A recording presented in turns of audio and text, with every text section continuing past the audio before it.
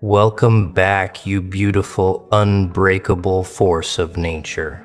Sit down for this one, because what I'm about to tell you is going to shift everything you thought you knew about the past 5 years of your life. Someone just broke the silence. Someone just broke the silence. Someone just cracked under the weight of their own guilt. Someone from that circle, that group, music, that family of smiling faces who swore they had your back, just confessed everything they did behind it. And I mean everything. The meetings they had about you when you weren't there. The group chats where your name was the headline. The plans they made, the lies they coordinated, the stories they rehearsed together before facing you with those warm, trustworthy eyes. It's all out now, spilled like poison from a cup they can't put back together. And honestly, music, you deserve to know every single twisted detail of it. They thought you'd never find out, didn't they?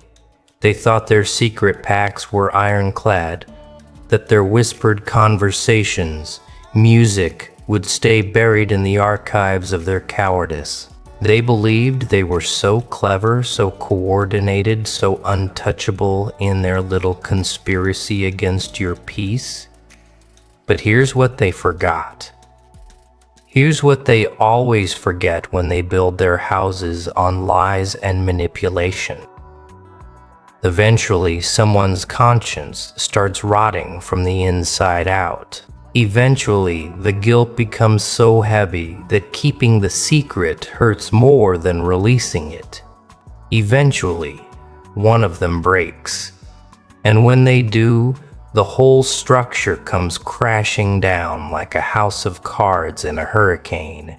And that's exactly what just happened. One of them couldn't take it anymore.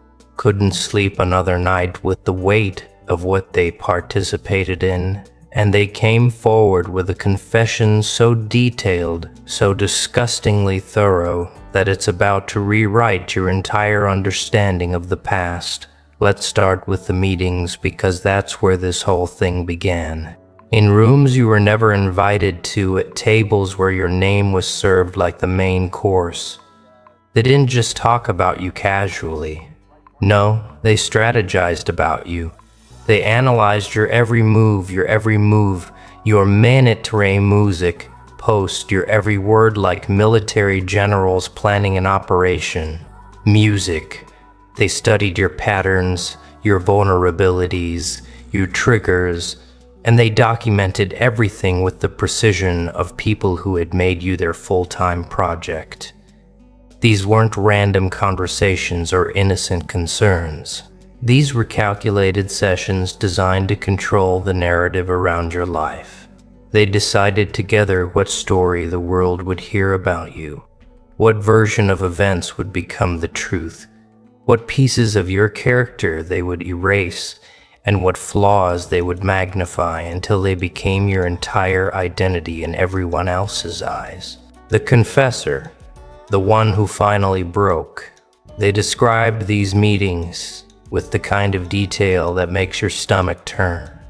They talked about how someone would always start by saying something that sounded concerned. Something like, "I'm just worried about them," or "I think they're going through something." Music. But it was never about worry. It was about building a case. Music. About creating a narrative that positioned you as unstable, unreliable, too much, too emotional, too intense, too anything that. Music would make people question your truth before you even spoke it. Music. They rehearsed their responses to things you hadn't even said yet. They prepared counter-narratives for situations that hadn't happened. They built an entire false reality around you, and then invited others into it, one person at a time, until you were surrounded by people who believed a version of you that never existed. And the worst part, the part that's going to hit music, you like a brick, is that while they were doing all this, they were still showing up in your life with smiles. They were still texting you, still laughing at your jokes, still acting like nothing had changed. They perfected the art of the double life. One face for you and one face for the meetings. They became experts at looking you in the eye while holding a knife behind their music back. The confessors said they used to practice it, used to remind each other to keep it normal when you were around. Music, to make sure their faces didn't betray the fact that they had just spent hours tearing you apart in private. They turned deception into a skill, and they got so good at it that you never suspected a thing, never felt the betrayal happening in real time because they made sure the blade was always just out of your sight. But the meetings were just the beginning, because what they did next is where it gets truly disgusting. They didn't just talk about you in private. They coordinated a campaign against your reputation. The confessor revealed that they created what music called talking points. Specific phrases and stories they would all use when speaking to mutual friends, family members, music, anyone in your orbit. They made sure everyone heard the same version of events, the same carefully crafted narrative that painted you as the problem, while they positioned themselves as the concerned, caring, patient ones who had tried so hard to help you. It was psychological warfare disguised as friendship, and they executed it with the precision of people who had done this before. They had assignments, actual roles they played in this operation. One person was designated as the voice of reason, the one who would express sympathy for you while subtly planting doubt about your mental state. Another was the evidence collector, music, the one who would screenshot your posts, save your messages, document your every move so they could present it later as proof of whatever narrative they were building.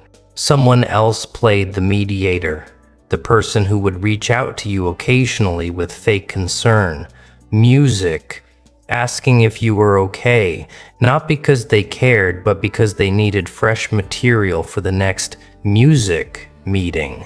Snorts. And there was always the amplifier, the one whose job was to make sure the story spread beyond your immediate circle, to whisper the narrative into the ears of people who barely knew you, but would now form their entire opinion of you based on coordinated lies. The confessor broke down crying when they described their own role in all this. How they had volunteered to be the one who stayed closest to you, who maintained the friendship while reporting back everything you said, every vulnerable moment you shared, every private struggle you confided. They called it gathering intel, but what it really was betrayal dressed up in strategic language. They admitted that there were times you would tell them something personal, something painful, and they would nod and hug you and tell you it was gonna be okay, and then they would immediately text the group with an update, turning your pain into ammunition, your vulnerability into evidence, your trust into their weapon. And the worst part, they said, was how easy it became. How quickly they stopped feeling guilty about it because the group had normalized it, had made it seem like they were doing something necessary, something protective, something justified. The confession included screenshots, actual proof of these group chats where your name appeared hundreds of times. Messages where they laughed about things you had no idea were even being discussed. Conversations where they celebrated small victories in their campaign. Like when someone you both knew started to distance themselves from you, or when you posted something vulnerable and they knew they could use it against you later. Music. They treated your life like a game, your reputation like a ball they could toss around between them, your feelings like something irrelevant to their strategy. And reading through these messages, Seeing the timestamps, realizing these conversations were happening on days when they were still texting you, thinking of you and here if you need music, anything, it's enough to make you question everything you thought you knew about human nature. Now, let's talk about the specific tactics they used, because this is where the confession gets truly disturbing. They didn't just spread lies. They engineered situations, music, designed to make you look unstable. The confessor described something they called provocation protocols, music, deliberate actions meant to trigger emotional responses from you that they could then use as evidence of your instability. Music. They would say things designed to upset you, then act shocked when you reacted. They would withhold information, change plans last minute, exclude you from events, all while watching to see how you'd respond, hoping you'd break down so they could point to your reaction as proof of everything they'd been saying about you. One particularly evil tactic they used was what the confessor called the setup, where they would create situations that had no good outcome for you. They would invite you to gatherings where everyone had already been briefed on the narrative against you, where people were primed to interpret everything you did through a negative lens. You could be quiet, and they'd call you withdrawn and antisocial. You could be engaged, and they'd call you attention-seeking and music desperate. You could tell a joke, and they'd call you inappropriate. You could be serious, and they'd call you too intense. There was no version of you that would be acceptable because acceptance was never the goal. Validation of their predetermined narrative was, and after these events, they would have follow-up meetings where they would dissect your behavior, finding evidence to support their case in every single thing you did or didn't do.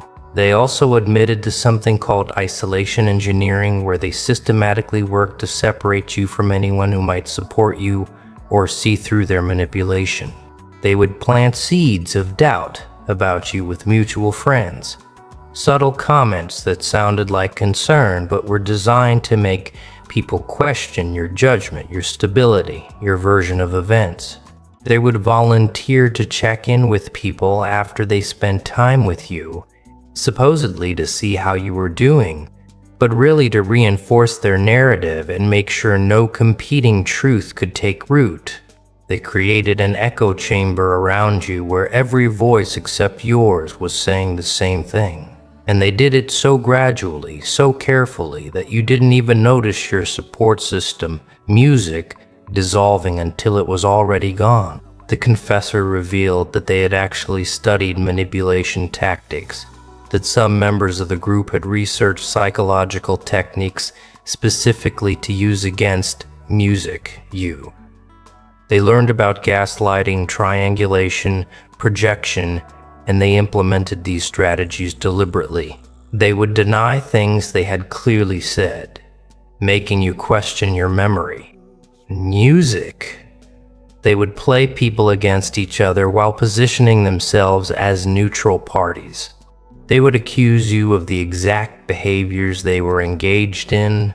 Music, projecting their toxicity onto you so thoroughly that you started to believe maybe music, you were the problem. And the most disturbing part is that they knew exactly what they were doing. They weren't acting out of ignorance or misunderstanding. They were consciously, deliberately, methodically working to destabilize your sense of reality. So why did they do music? What could possibly motivate a group of people to invest this much energy, this much time, this much calculated cruelty into destroying someone's reputation and mental peace? The confessor's answer to this question is perhaps the most revealing part of the entire confession. They said it started with envy, pure unfiltered jealousy that none of them wanted to admit they felt. You had something they didn't, whether it was confidence, authenticity, success, genuine happiness, the ability, music, to be yourself without apology. Whatever it was, and made them feel small by comparison. Jesse, they feared you. And instead of dealing with their own insecurities, music, instead of working on themselves, or simply stepping back from the friendship, they decided to tear you down to their level. But it wasn't just envy, the confessor explained. It became something darker. It became a bonding activity, a shared mission that gave their relationships purpose and intensity. They formed a tribe united by a common enemy, and that enemy was you. Their friendships with each other deepened through their mutual participation in your destruction. They had inside jokes about you, shared secrets about the campaign, moments of celebration when a tactic worked. You became the glue that held them together, the project that gave them something to focus on besides their own empty lives.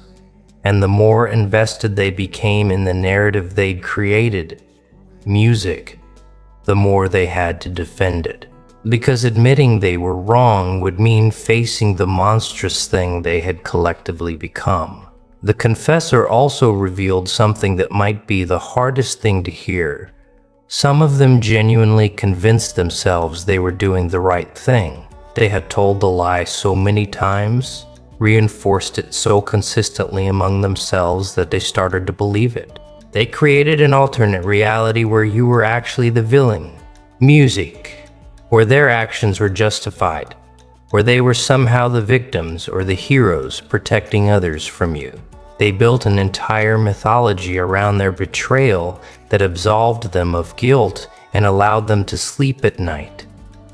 The human mind's capacity for self-deception is terrifying, and they exploited it fully, rewriting history in real time until they couldn't even remember that the story had started as a fabrication. And here's the truly sick part.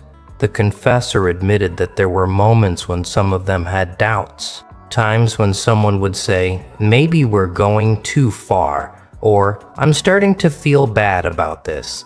But those doubts were always shut down by the group. They had created music, a culture where questioning the narrative was seen as betrayal, where showing compassion for you was treated as weakness or naivety. They reinforced each other's worst impulses, talked each other out of guilt, reminded each other of the story they'd agreed upon whenever someone's conscience started to surface. They became a cult with a single doctrine. You were the problem, and anything they did in response to that problem was justified. It's a level of collective delusion that would be almost impressive if it wasn't so absolutely music disgusting.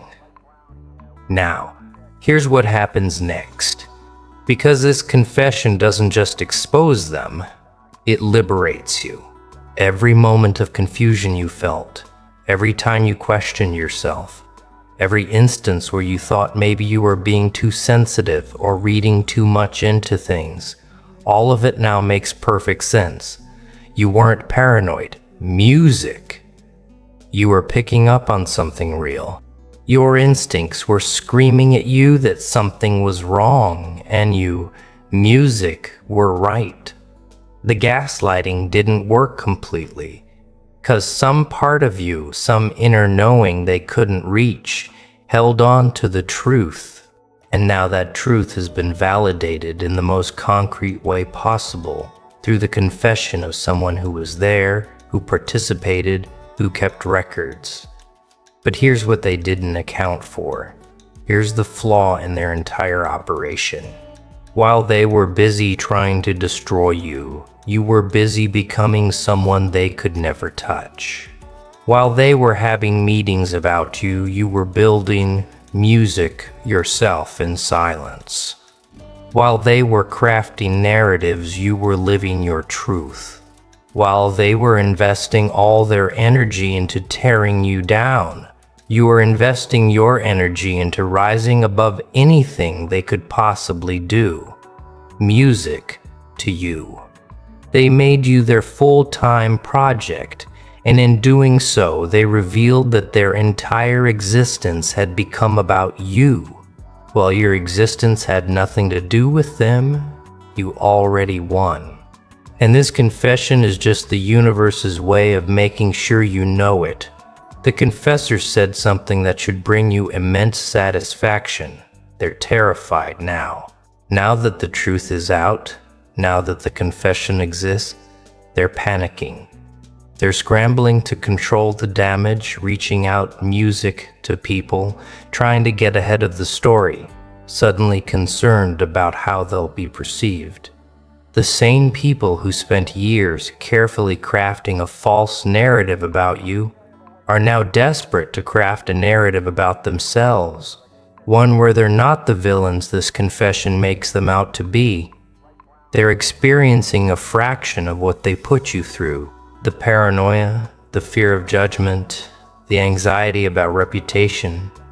And unlike you, they actually deserve it because their reputation is music based on lies.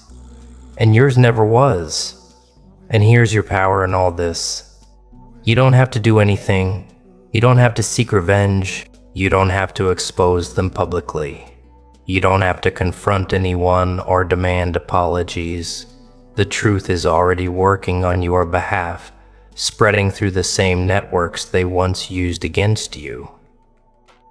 Music, changing minds, shifting perceptions, revealing them for what they are. Your vindication doesn't require your effort because it's built on facts, on evidence, on confess. Their destruction is inevitable because it's built on lies that have now been exposed. You can simply continue living your life, being your authentic self, thriving in your truth, while they crumble under the weight of theirs. That's the beautiful irony of this whole situation. They spent years trying to destroy you and ended up destroying themselves.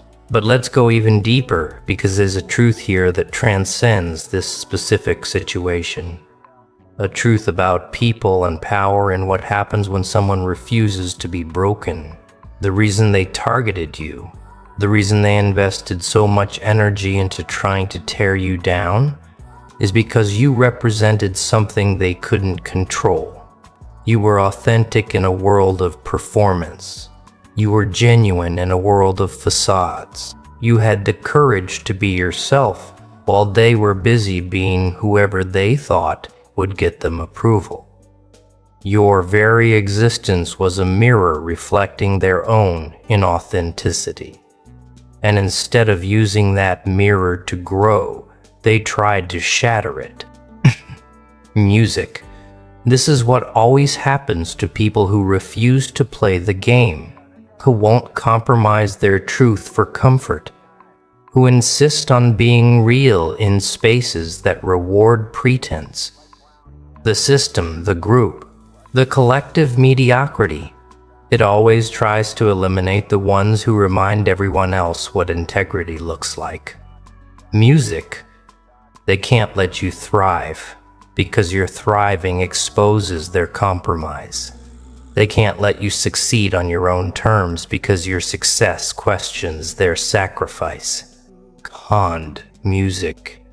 They can't let you be happy being yourself because your happiness reveals that all their contortions and calculations and careful image management were unnecessary. Music. You're living proof that there's another way, and that scares them more than anything else ever could. The confession reveals this truth in stark detail. Multiple people in these group chats expressed frustration that you didn't seem affected by their tactics, that you kept going like nothing was wrong, that you still seemed happy despite everything they were doing. They were furious that their campaign wasn't working the way they wanted, that you weren't collapsing under the weight of their manipulation.